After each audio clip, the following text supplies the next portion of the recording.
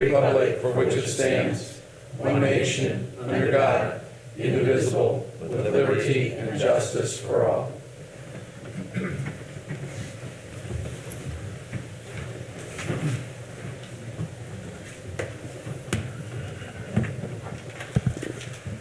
All right.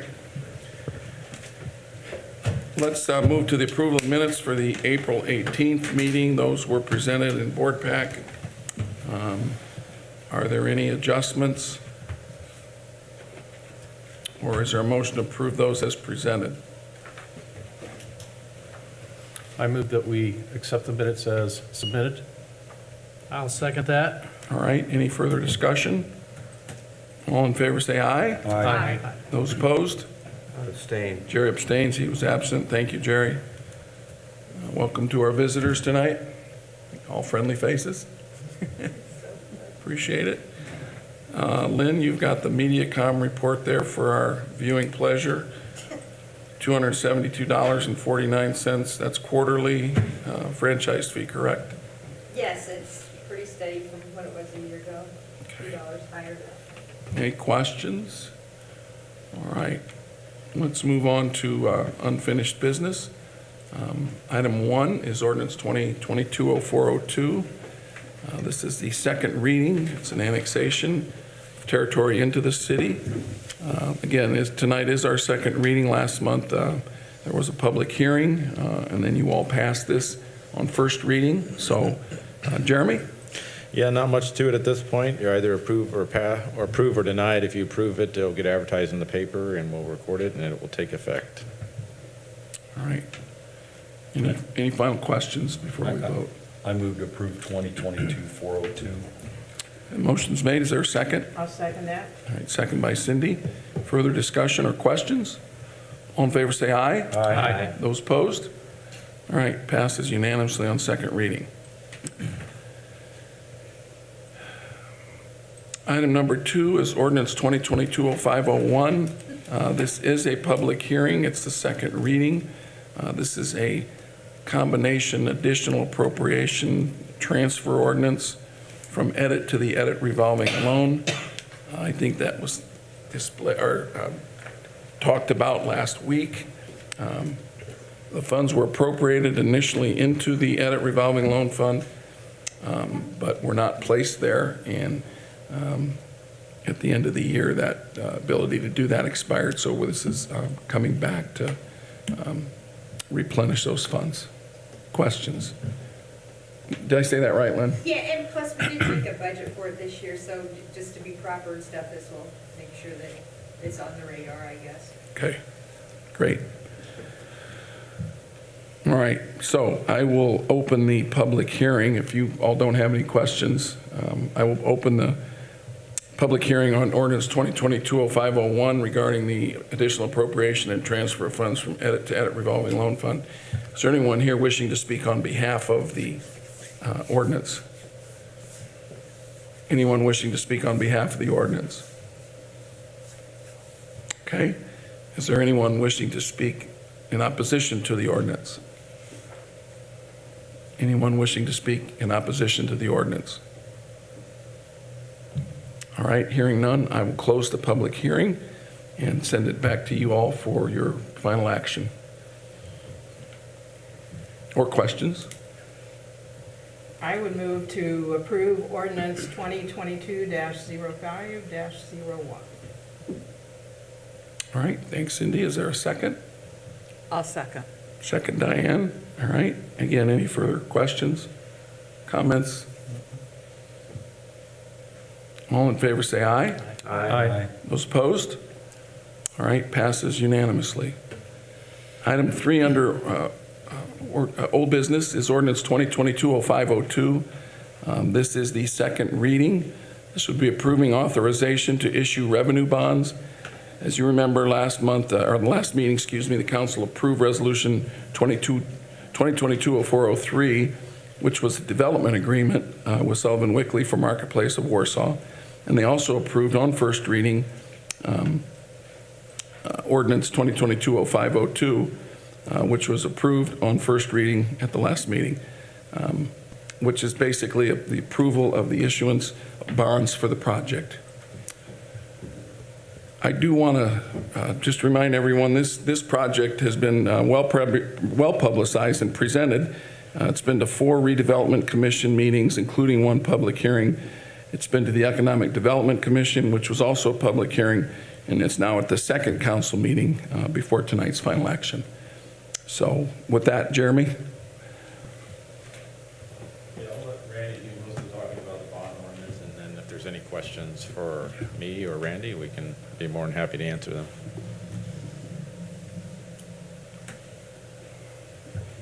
Good evening. I'm Randy Rumpola from Barnes & Thornburg with offices in South Bend. As I mentioned last month, the ordinance before you authorizes bonds for the project, and the terms in the ordinance are parameters for the bonds. So you'll see in the ordinance it references 1.9 million, but it's expected to be 1,711,000, which we anticipate to be the actual principal amount. We had a not to exceed interest rate of 7%. Again, we expect the interest rate to be 5.55%. And we had a term in the ordinance of not to exceed 25 years, but again, we expect the term to be 20 years. We just have those terms as parameters in the ordinance. To the extent it were to change slightly, we would have the ability to do that without having to come back to the council.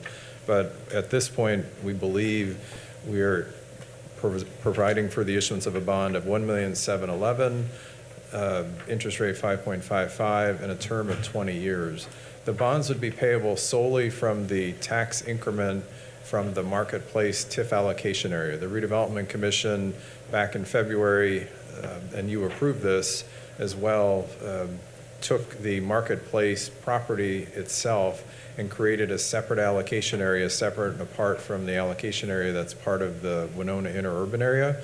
So that project or that property, as it is improved, the assessed value will increase, and the incremental taxes on that assessed value would be captured by the Redevelopment Commission and used solely to pay this bond issue. The bank, Lake City Bank, which is interested in purchasing the bonds, had requested some additional backups for the first 10 years of financing. So the bond will be structured so that years 1 through 5, which basically begins in 2024 when the principal payment is beginning to be repaid, the developer has agreed to back that so that to the extent there's shortfall in those marketplace TIF revenues, they would be paid by the developer. In years 6 through 10, the Redevelopment Commission, with its action today, adopting a pledge resolution, pledging not only the marketplace TIF revenue, but also pledging to use consolidated northern TIF revenues to pay during that 5-year period in the event the marketplace TIF is short. The balance of the term of the bonds, the remaining 10 years, will be payable solely from the marketplace TIF.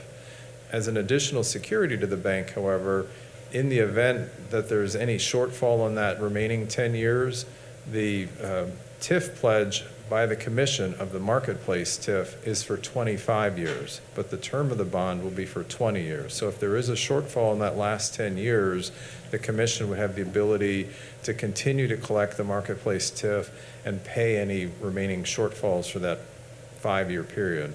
At the end of the 25 years of the pledge, the deal would be done. So if there's any unpaid principal or interest on the bonds, the Redevelopment Commission wouldn't be responsible for that at any point after that. As it says in the bond ordinance, and all of the documents will so state as well, the bonds are payable solely from the marketplace TIF revenues with the addition of those 2 backups, one from the developer and one for the Redevelopment Commission in the first 10 years. There's no tax implications for the city. There's no pledge of tax. There's no pledge of any other revenues other than the marketplace TIF revenue, and for that 5-year period, the consolidated northern TIF revenue.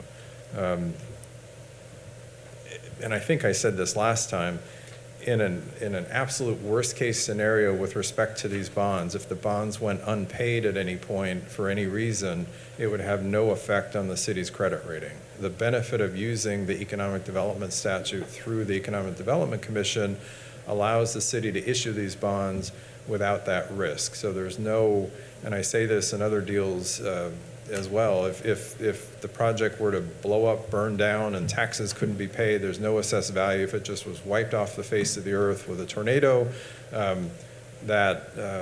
there would be nobody, other than that 5-year period, there would be no obligation for the city to pay anything with respect to the bonds.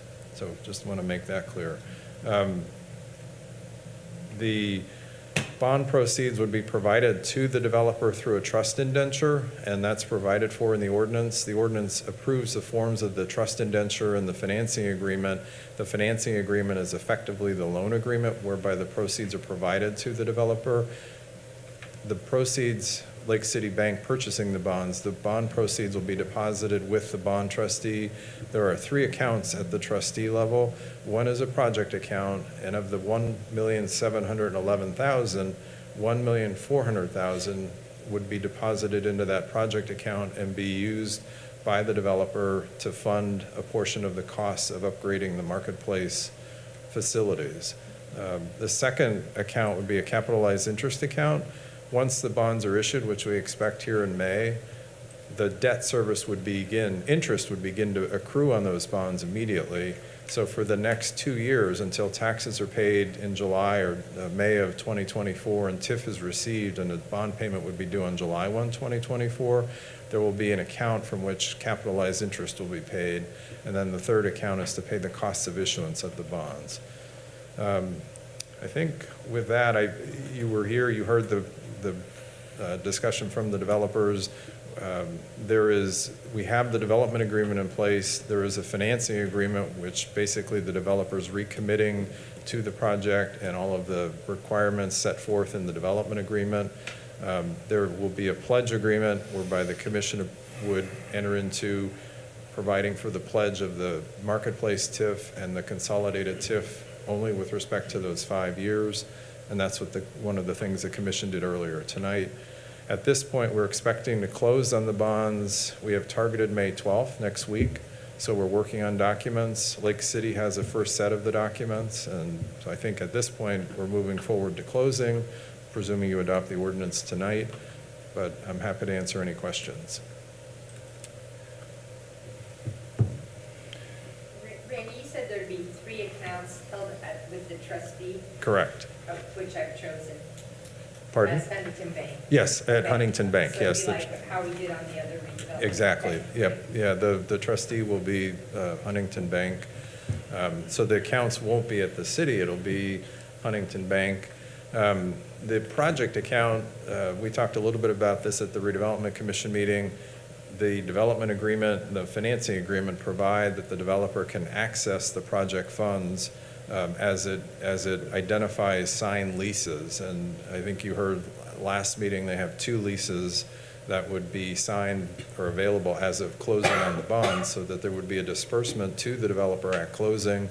The remaining disbursements would occur as they prove to Jeremy and the mayor and the rest of the folks at the city that they have in fact signed up other leases. So the developer needs to come to the city for approval of their disbursement request to the trustee, and that's how they would get access to the project funds. I mentioned at the commission meeting, and I may have mentioned last time, the project fund will be there for 30 months. So to the extent that, and again, worst case scenario, they weren't able to lease up the balance of the facility, at the end of the 30-month period, whatever money is left in the project fund would be used to pay down the bonds. I think it Mike might and be more- Jeff were at the RDC this afternoon. There was some very good discussion, and certainly like to hear your comments. I was just going to say, I think it's worth noting that the leases that are signed are 10-year leases, Right. which would carry the city through the 5-year period for which the city is responsible for making those payments. Correct. Right. And I think, we did talk at the redevelopment commission meeting today about what this amounts to. It effectively provides a loan to the developer, but this loan is in conjunction with the larger loan that the developer received from Pinnacle Bank out of, I think, Memphis, Tennessee. And the bulk of that loan, as I understand it, was used to fund the purchase or reimburse for the purchase, and then provide funds for a significant piece of the of the renovations they need to do. And it's been represented to us that Pinnacle was looking for this type of assistance in order to provide the loan that it provided to the developer. So the combination of having the city involved and certainly having a local bank involved made it easier for Pinnacle Bank to make the loan to Sullivan Wickley. And what was the amount of that loan? I think roughly, yeah. I did talk to John after our conversation, because I didn't have those numbers that you requested. The total capital that they're putting in is 12.5 million, but that includes the purchase of the property. So in essence, they would have, 9 million in infrastructure and other capital costs.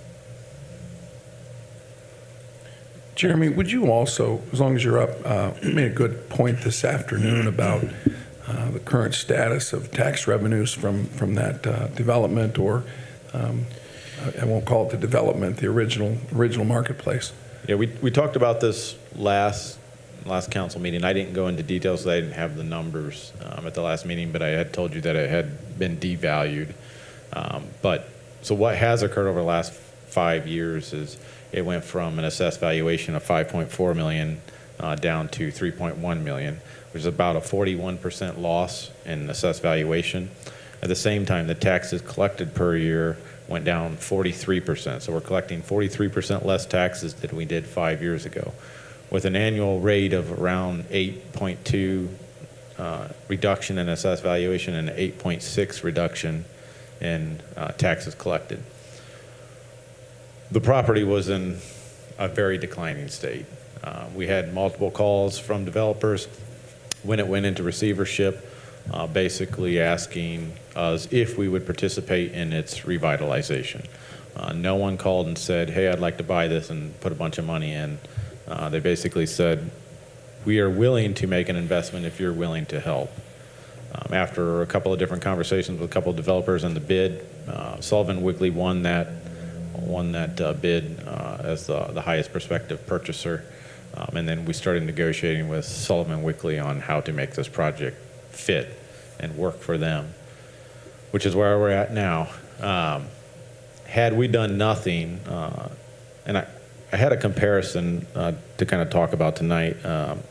If we look at where Arnold is now versus where another comparable industrial site is, Arnold's assessed valuation is down to $10,800. So that's what happens when you do nothing, right? You just let a property go. It pays $276 in taxes.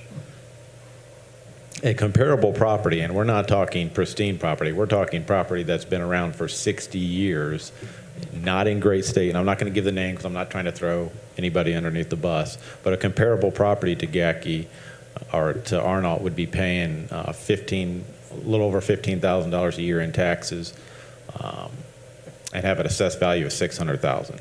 So you have Arnold, we do nothing, assessed value of $10,000, taxes of $276, or a property that's still in production, still working for the city, $600,000 assessed value and $15,000 in taxes.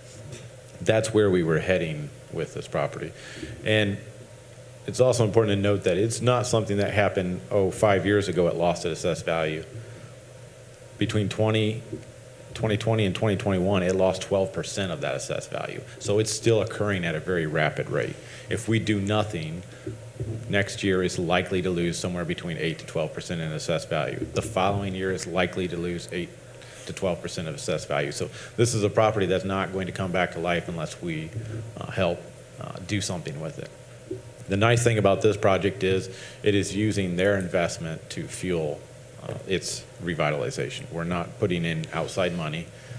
It will be wholly, they make the investment.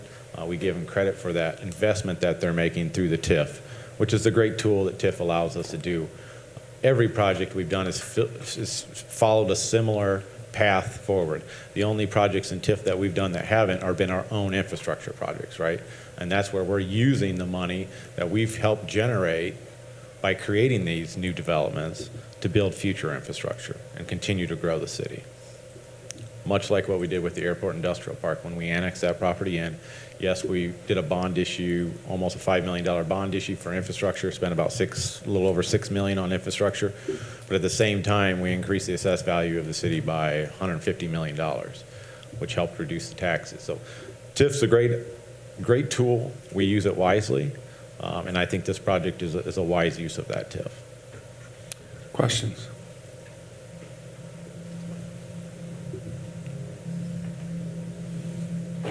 I think maybe one clarification I would need, based on a question I had, can the TIF funds be used for something other than infrastructure?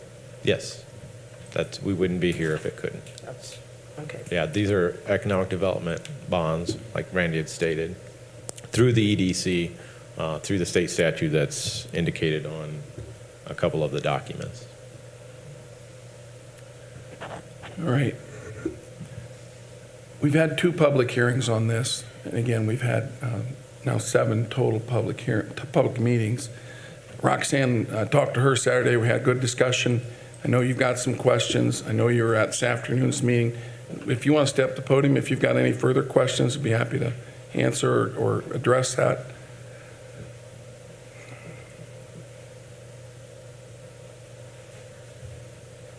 Well, I think I told you when we talked, I wouldn't be opposed to commercial tax abatement, but I was opposed to just taking money and giving it to a private developer. But since then, I found out that this particular TIF district is only the marketplace, just that piece of property and no other property.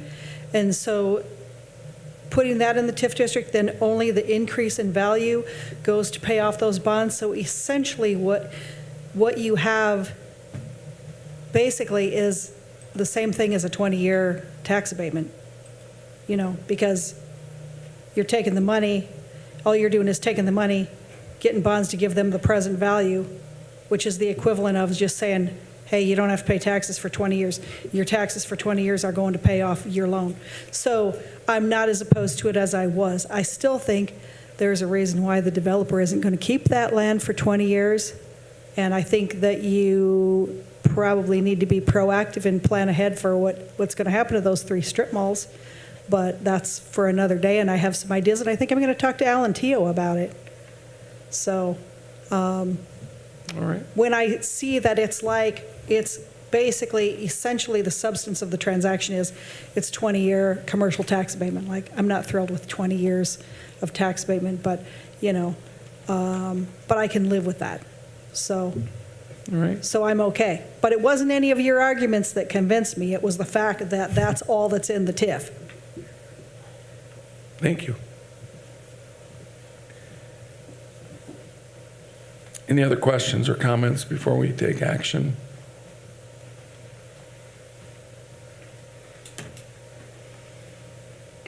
I'd make a motion to approve 2022-0502. All right, motion's been made to approve ordinance 2022-0502 on second reading. Is there a second? I'll second. Second by Josh. All right, any final questions or further discussion? All in favor say aye. Aye. Those opposed? All right. Thank you. Thank you, Randy. Appreciate it. All right, let's move into a new business and a neighboring project, the Arnold property that we've been, again, discussing the redevelopment project going on there. Jeremy, you're here tonight to present and have us approve SB 1. Yeah, so you do have the requested SB 1 before you. This is a tax abatement, 10-year tax abatement for an affordable housing development. Much like was talked about it's been a couple of months. I think we applied twice, so I think it's been about a year and a half, 2 years as we started this application. With all affordable housing projects, the city participates, and by participating in the project, we score points. The state system is based on the highest point total wins the money, so to speak. So the state has a pot of money. You have 30-some projects applying across the state. They have a scoring system. Whoever's the highest rank gets awarded that money. One of those scores that you can get points on is the city's participation, much like the state's putting in money through the IHCDA. They expect the cities to put money in. With this project, one of the avenues that we are putting money into this project is through the tax abatement. So you have a 10-year request. The project is a 60-unit affordable housing. This is family, unlike the development on Market Street, which is senior housing. This one will be family housing. I think they have the dollar amount. Yeah, so you're looking at about an $8.7 million investment that they're making in this project, coupled with IHCDA money. I think it's around $1 million in IHCDA money going into this as well. And it's just a typical 10-year tax abatement. So again, this was part of our deal with the developer to enhance his IHCD application. Good way for us, a great way to increase his score and eventually win the project. So any further questions of Jeremy? All right. Shall we take action? I'll make a motion, we approve SB 12525. Thanks, Diane. Is there a second? I will. Jerry? All right, thank you. Any further discussion? All in favor, say aye. Aye. Those opposed? All right. Jeremy, you've got 3 more tax abatements for us to consider, so I'll give you the floor. Actually, there's more than 3, but Yeah, there's a couple here. I kind of lumped them in groups as I received them, so that's why, and then Flexos is separated out. So I'll take them in the groups, and then you can vote on them how you wish. Milestone AV, which is the former LeGrand AV, submitted their CF1. They're in their 7th year. They spent roughly $1.2 million in personal property improvements, and they estimated adding 30 new employees, but haven't currently added any new employees to date. BTC investment was purely a real property abatement, did not have any jobs attached to it, just based on its dollar amount put in. The expansion was 12,000 square foot. The project value was about $525,000. They're in their 2nd year of the abatement. Wishbone Medical was granted a vacant building deduction, so this was a 3-year tax abatement. They have spent around $106,000 in building improvements to date and have hired an additional 41 employees, and they are also in their 2nd year of a tax abatement. So that's the first set. so it looks like we're receiving a positive recommendation on these first 3. Any questions?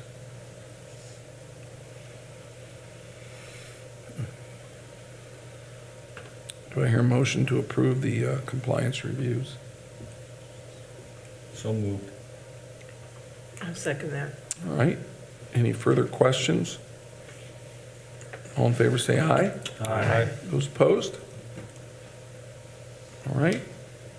Jeremy, you want to move on to the next group? So the Flexos, I believe, is next, and this gets really confusing, so I have a note at the bottom that will hopefully explain all of it. They have 3 different years of abatement. They have 2011, 2013, and 2017.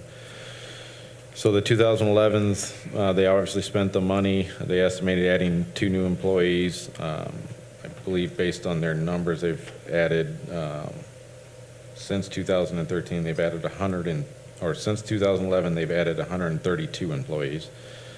So the money, they spent the money, they hired the additional employees since the 2011 abatement for both Armstrong and Leiter Drive. The 2013 abatements were for 1605 West Center Street, 510 Armstrong, and 602 Leiter Drive. They estimated, I think there was a couple of property expansions, so there was a couple of 25,000 square foot expansions and estimated adding 40 new employees. Since 2013, they've added 152 employees. And then you have the 2017 tax abatement, 602 Leiter Drive, 1605 West Center Street, 1510 Armstrong Road. They estimated adding 15 new employees, and they've added 69. So a total of, since 2011, they have a total of 173 employees they've added. They've made the personal property and real estate investments in all the projects. So my recommendation would be certainly to continue, and they've certainly hired above what they estimated. So is this the last year for the 2011 one? Yes, unless there's personal property. So they are in year 10, but there might be some personal property that has been purchased that would still, because the personal property purchase was from 11 through 2014. So if they purchased property that was on the back end of 2014, then it may still have 3 years. But the initial time frame of that 10 years for that first block of equipment purchase would be expired, and the only equipment that they'd be getting abatement on at this point would be anything they purchased after that 2011. Okay. Other questions? I'll make a motion then that we approve the compliance review forms for Flexost. All right, thank you, Diane. Is there a second? I'll second. All right. Any further discussion? All in favor, say aye. Aye. Those opposed? All right. And finally, that last group, item C.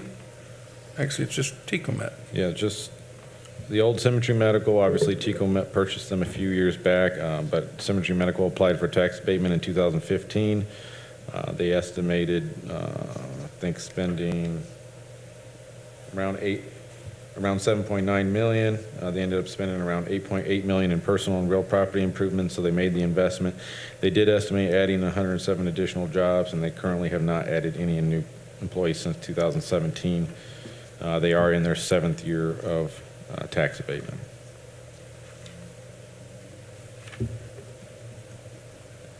Questions?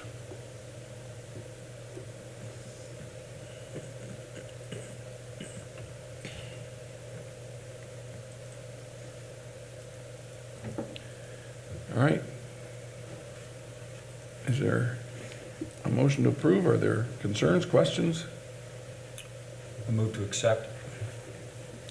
I second. All right. Any further discussion? All in favor, say aye. Aye. Those opposed? All right. Thanks, Jeremy. Thank you. Appreciate it. All right.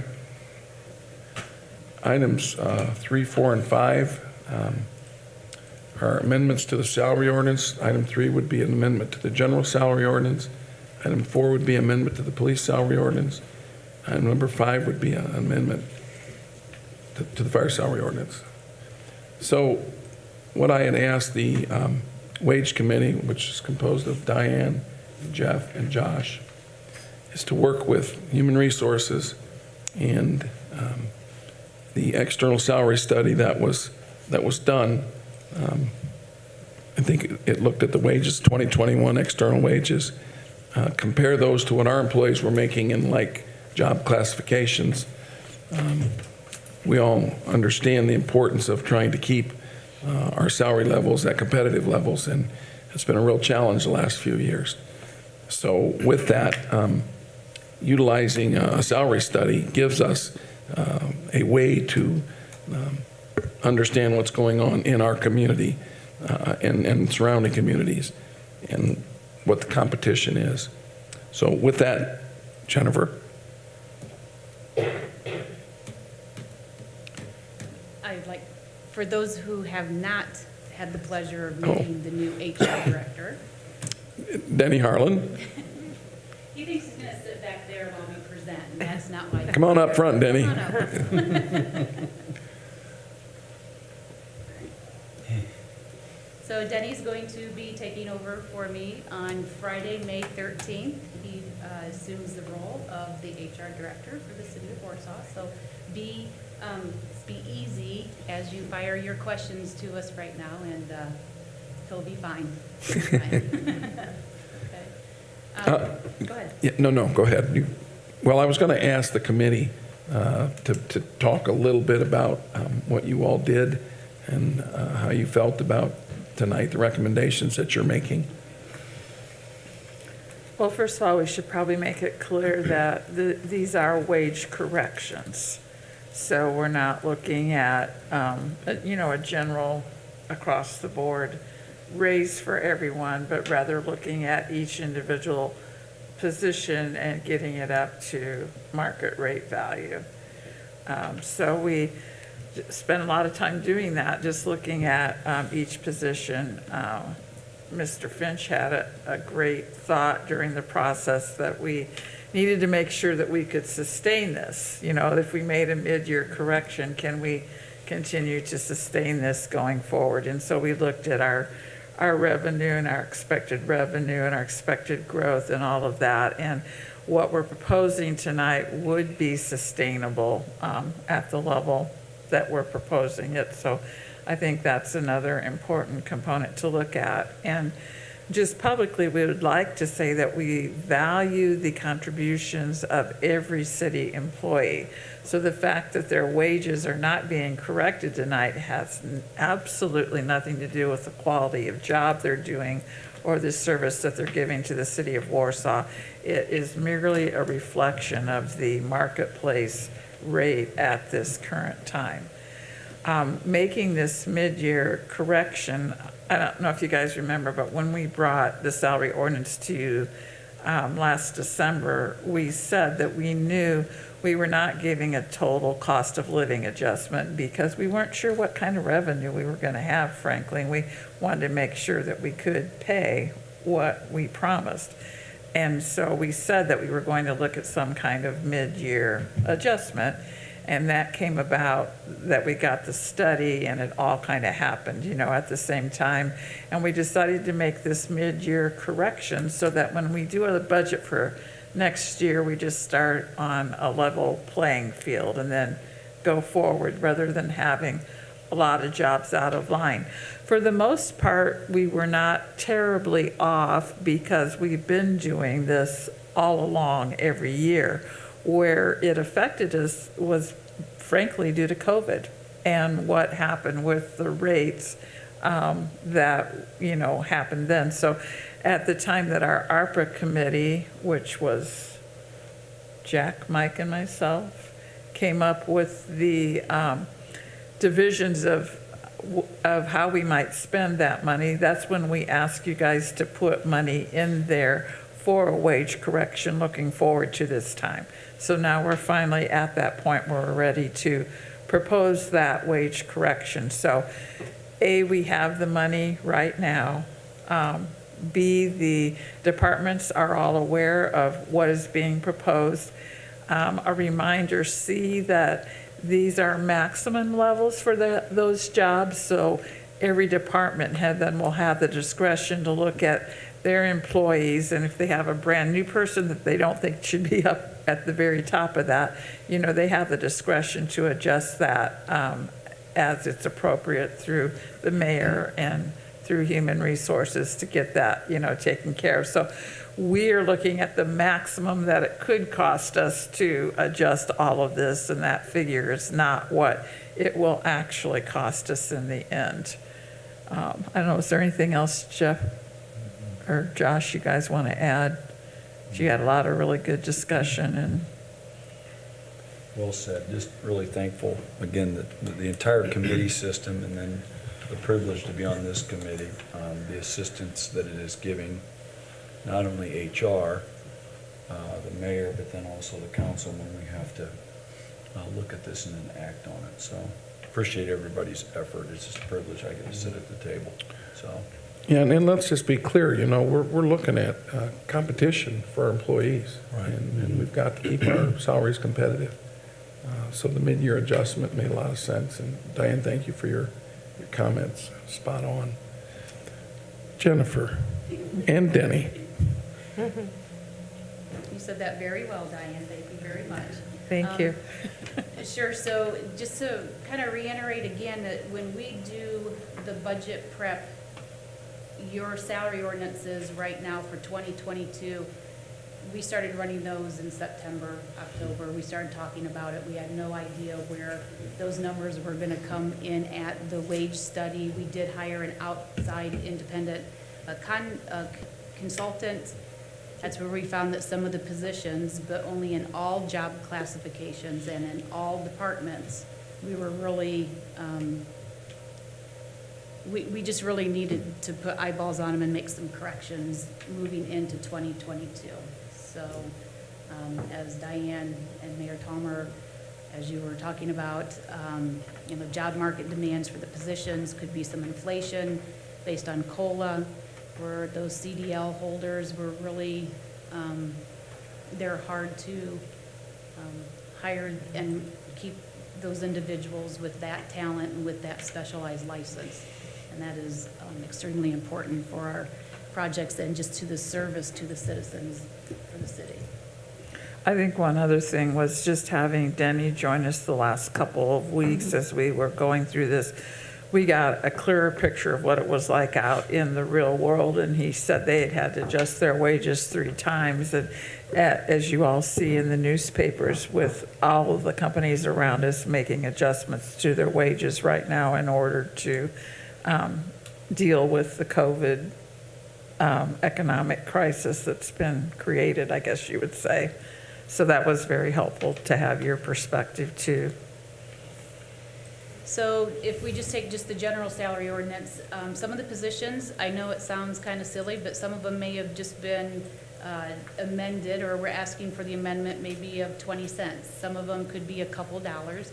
Your CDLs, we did increase having that specialized license anywhere from $1 extra up to, $2 up to $3, I believe, for those Class A CDLs. Nothing else did change in the ordinance other than the maximum allowed in the salary ordinance for the positions in which you see before you. Some of them were not adjusted, but it was easier just to take it all at once and just for consistency, kind of moving forward, that we would have just everything the same. So my understanding is you're saying that these increases are going to be paid from the ARPA money. Is what your thought was? Or is it to be paid out of our budgets like it usually is? Because some of these, there's nothing in there that says if the money's coming from the ARPA money. I don't know if that's necessary or not, but just for our direction for payroll, when the time comes, we're going to have to know where to take that money from. Right, so, and Mayor Tallman, you can probably speak to that. What I'm trying to do right now, just for the salary ordinances, is that we are starting the project so that if we are able to increase individuals' wages or classifications or certain positions, this first step is done. This was a good, hate to blame it on Denny, but it's a good training exercise for Denny. At least we're starting someplace, and we can't really start that final project or go any further until we amend these salary ordinances. So as far as where that is, I can't remember that we ever listed that specifically in a salary ordinance, other than certain positions, how they're paid through general fire. When Jennifer and I talked, we looked at the impact on the budget for these specific raises, and the numbers were in line with the amount of money that the council had set aside in the ARPA budget. Again, the pandemic created quite a disruption in the labor force and created this job escalation, this wage inflation that I feel is a direct result of the pandemic. And I think the council made the right move, utilizing some of those funds to keep our employees as they are again, trying to remain competitive with their wages. So majority of those funds will be coming from that ARPA designation that was set up at the beginning of the year. And then, that's why it was important to us to make sure that it could be sustained after this, because we're using that ARPA money to equalize everything. So being sustained going forward was an important and like Jennifer said, consideration. this is the first step. This gives you the ability to make these increases based on the external salary study. Now we have to go back and look and see what's left in budgets, as well as transfer those funds from the ARPA fund for that specific reason. It would be paid out of the ARPA fund, the money can't be Directly out, transferred. yeah. Well, we'll have to work through those details. Yeah, So, because that's going to be a lot of detail for payroll. yep. Well, I know initially I had some concerns about that very same thing, the sustainability and so forth, but I was able to talk with one of the members of the wage committee and get my questions answered. And I think Diane answered another one tonight, which was going forward then, when we're ready to do the budget, we've already made the corrections, so it will just be whatever we decide is an increase across the board. So the first one we'll consider here is ordinance 2022-0503, which is the general salary ordinance, and I know Jennifer just talked about a few of those. Most importantly, I think the CDL is a big Correct. concern. So And here, then, yes. and again, as Diane said so well, these adjustments are going to be for those that vary from what the external salary study said. And if someone was at or above that salary, there would be no change or increase. But those that are below that external wage, and we're following the amounts, the differences between those, again, some of the increases will be higher and some will be lower. But this is, Jennifer, you've done a marvelous job since I've been mayor, trying to get to this point where we're keeping up with external wages. And job classifications, as we've learned, don't stay the same. And the demand is different, and the economy changes things. And it's a tough job. And I would thank the Wage Committee for going through this every year. They're actually going to do it twice. They're going to do the mid-year adjustment, then they're going to come back probably next month and start looking at 2023. So we'll have the same discussions in a couple months when we consider the 2023 salary ordinance. But tonight, we're just considering the mid-year adjustments. I think I saw June 26th, they will take effect on that pay period. So the intent is for these to be mid-year increases, starting with payroll 14. However, it is so important that if we are able to get some of these done a payroll early and start that process with our CDL holders especially, we may be able to start with them first, maybe a payroll early. So I did back that payroll up on these ordinances. We're getting ready to get into summer projects, and I'd like to have that part set and ready to go. I think budgets would absolutely be able to support those increases for certain departments with the CDL holders. So Jennifer, on just my question, I guess, on 2022-0503, it shows effective June 26th. That's the first day that you start working for that payroll. That's 17th. That 3 weeks later, you'll be paid for those 2 weeks. Got it. Yeah. Okay. Yeah. 3 weeks later, they'll be actual compensated. All right. Get paid Other on the questions or comments? It's the new kid on the committee. I'd like to hear Josh. He hasn't said anything. I'd like to hear what you Yeah, no, went in, absolutely. what your expectations were, and what you came away with. Sure, no, as learning experience, so Yeah. to say the least, but it was fun. The biggest thing that I'll say that hasn't been said, because otherwise most of what my thoughts were, Diane or Jeff or somebody else has already mentioned, but I think these are really necessary wage corrections. When you really think about all the other jobs, you can drive down the road and every single company in the community is hiring.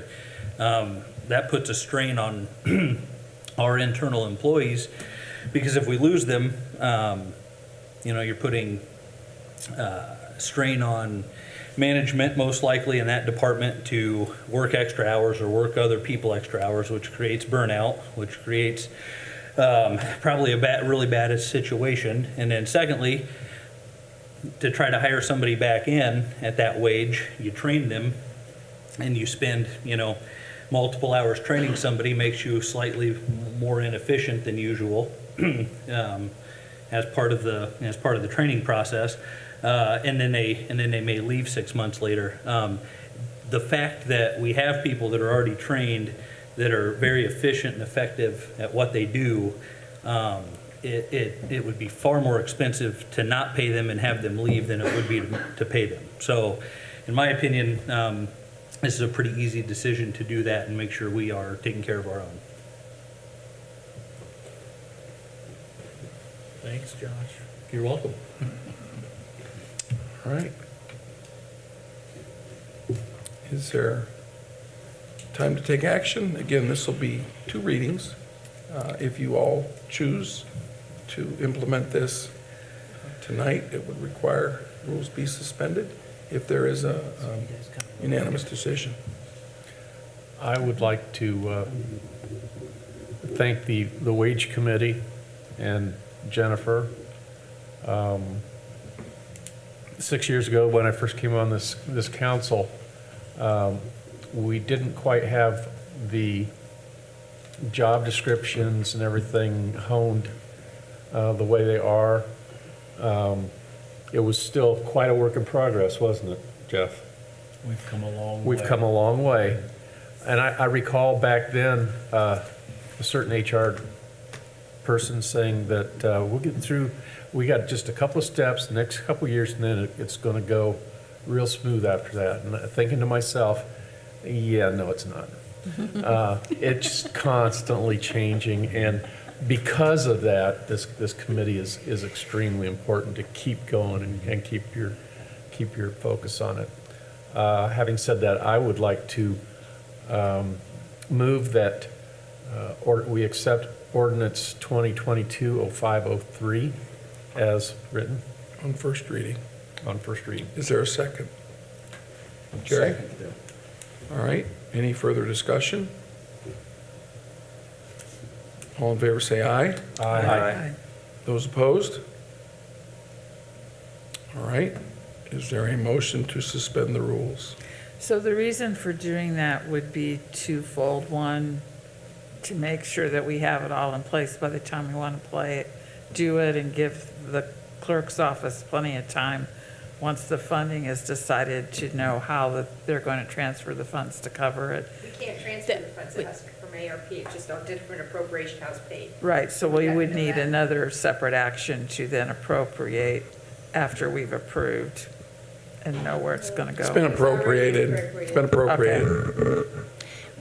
Point well taken. It's going to take some discussion to figure out how we're going to work through this, Right. so. We need time now, once this is approved, to sit with some of the key department heads and the department, certain classifications, and work with them so that we can really get those figures kind of drilled down. Right, because we Again, want to take it to the department heads now and Correct. get them Yeah, I to, really want them to be on board. right, Yeah. and say where they want their employees. Okay. Help us, yes, help us. So with all that information, I'll make a motion to suspend the rules to vote on second reading. All right, thank you, Diane. Is there a second? I'll second. All right, Josh, thank you. All right, any final questions as we look at suspending the rules? All in favor, say aye. Aye. Those opposed? Now, is there a motion to approve ordinance 2022-0503 on second reading? So moved. Okay, second. All right, again, further discussion? All in favor, say aye. Aye. Those opposed? Second reading passes unanimously. Thank you. All right, now on to item number 4 on the agenda, which would be very similar amendment to the salary ordinance, on this time involving police salary. Probably be good for you to explain those changes. Right, so for the police department, the civilian, starting with the civilian, the chief's assistant, all the way down, several of those have been corrected as well. Again, a couple of them could be a couple dollars, and some of them maybe were 30 cents or 40 cents, but at least we're getting everybody on paper where they're supposed to be. The study did reveal that we are spot on with that base patrol officer wage, so that that project, that Last year's work. last year's work, I think we did very well. So again, I appreciate everybody working with us. What we found though is that the rank for each of the officers, depending on what the rank was a little bit off. And so some of the rank has been corrected. And I do have to point out that the ordinances that you are looking at, it shows a corporal at 131.62, and that's a type error. That should be 144.93, and the clerk has the corrected ordinance in front of her to be approved, to be signed. So that, we need to put that back to where it was. That was no increase, but that was a typo on that part. Again, the civilians was the majority of the corrections. So there were some adjustments to the police wages within the rank. Right. Okay. Questions?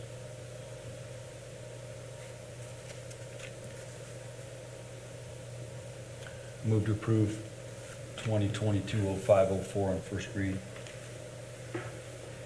Thank you. Second, all right. Any further discussion?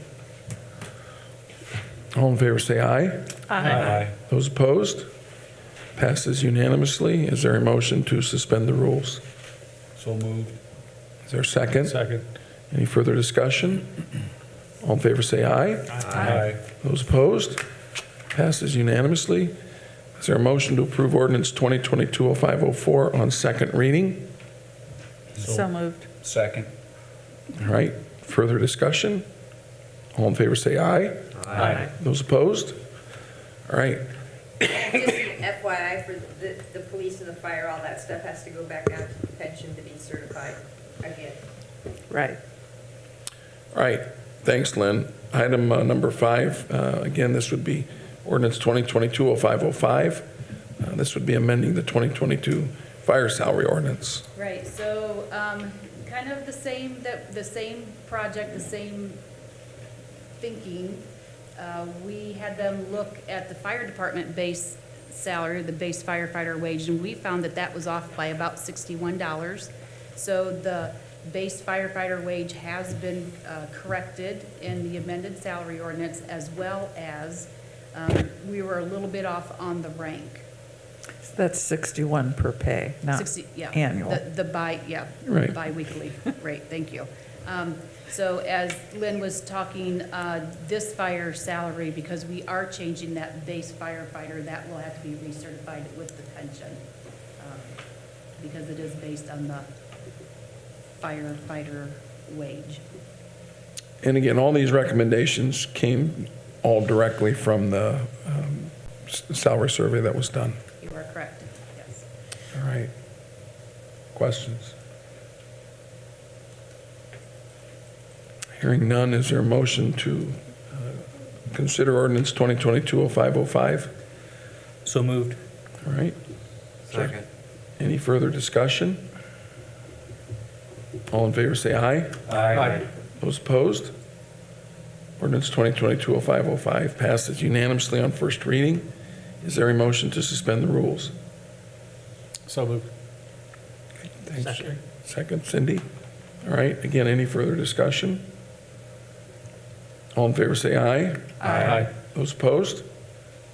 And finally, is there a motion to approve ordinance 2022-0505 on second reading?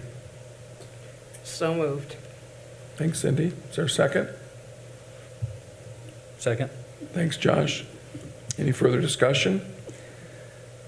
All in favor, say aye. Aye. Those opposed? All right, Thank you very much. thank you. All right. Jennifer, thank you again for your continued work on salaries. Denny, that's your charge, to pick that ball up and understand that they haven't been evened out, maybe for the time being, but we've all learned. It's just a continual process, especially these last couple of years. It's been a challenge, so. Next week's another day. Next week, that's right. So, any other matters to come before the council? All right, Mayor, I have a observation I just want to share. Sure. And I'll probably be very awkward in sharing it, but I'm noticing that tonight's agenda, it just kind of hit me upside of the head that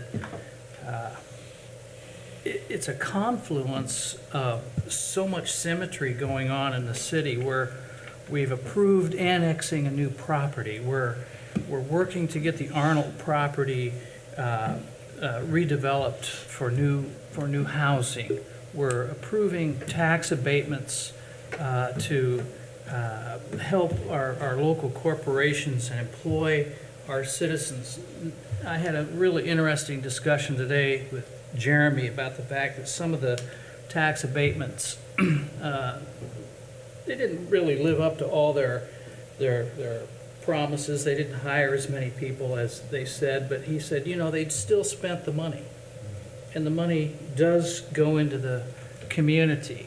We're amending our salary ordinances to bring them into line with the real world that we have to compete with to keep the city moving. If we lose people, to Josh's point, it's more expensive not to pay them and rehire them.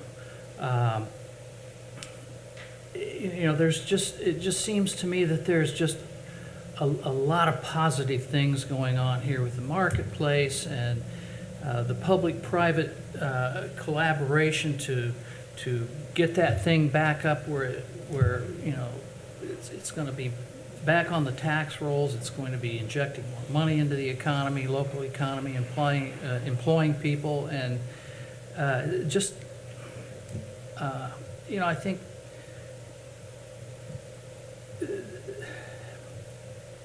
Jeremy's done a great job. Justin does a great job. You do a great job, and I really think this council has really stepped up these last years, and I'm really tickled with seeing how, I remember sitting here talking about salaries, and we were talking about a 2% increase or a 3% increase, and that was just so unfair, because if you were making more, your percentage was more, and I'm so glad to see that we're basing these salaries on the real wage world. And, I just think we all should be really proud of what we're doing. So, Mike, I had a similar thought when I was looking at the agenda, but just the fact that because of the fiscal conservative nature of this board, where we didn't jump before we knew we had the money in the bank account, we've been able to take these steps, as we go, and everything that we were looking at tonight is a sign of prosperity. I mean, people are wanting to invest in our community. They're wanting to come here. They're wanting to provide jobs. We're able to use that ARPA money in the way that it was intended.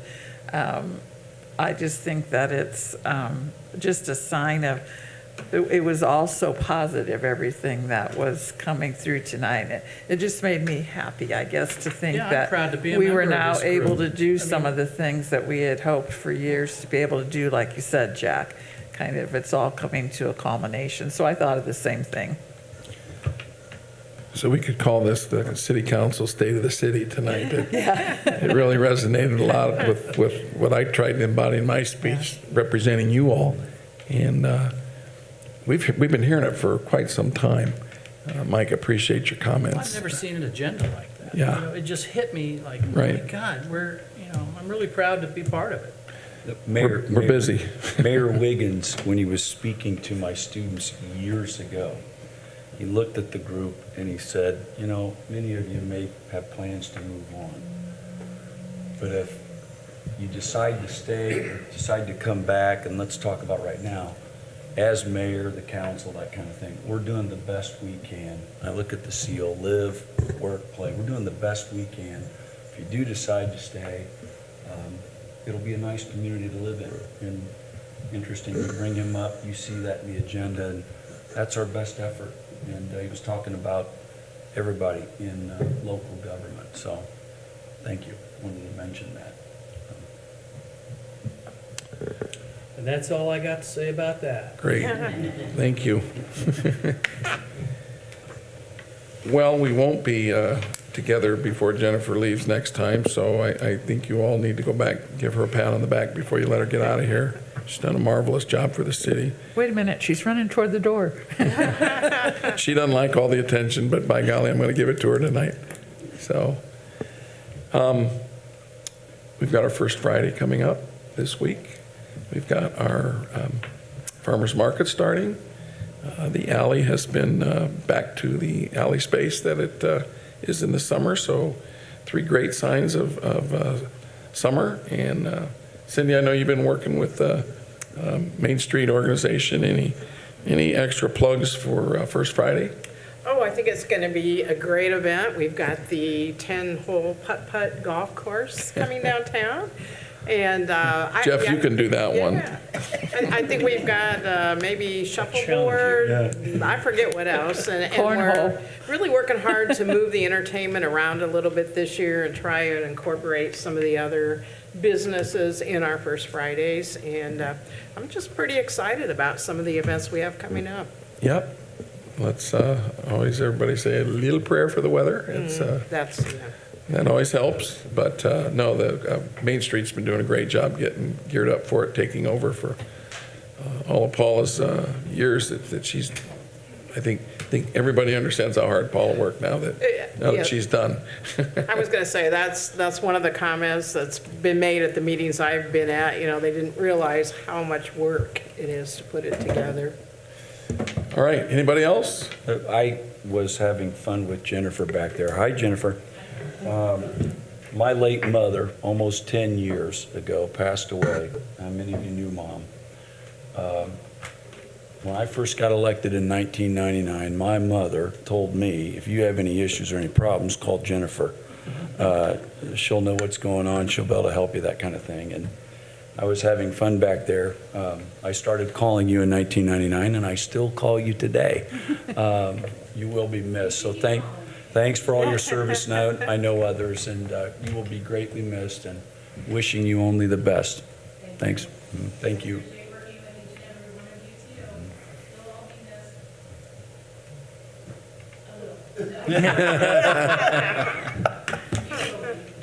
You know, it was very difficult when Jennifer came in and told me what was going on, but, you know, I looked at her and I said, you deserve it, and I'm happy for you. There it is. There you go. Yep. So, you bet. On it. All right. Anything else? Tomorrow's voting. Tomorrow's voting. Get out. And remember, you don't have to vote in a specific precinct this year. You can vote in any one of the vote centers. Makes it a whole lot easier. Yeah. Get out and vote. All right. All right. Scotty, do you have something to say? Yeah, I'm going to give you my best advice of the year. Sunday's Mother's Day. Make sure you all remember that and act appropriately because... Sage advice.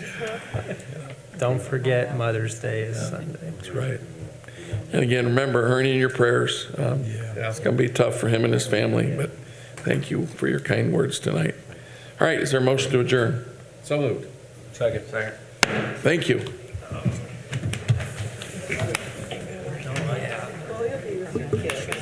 Yeah. Yeah, my son's going to find out. That'll be fun. But I think we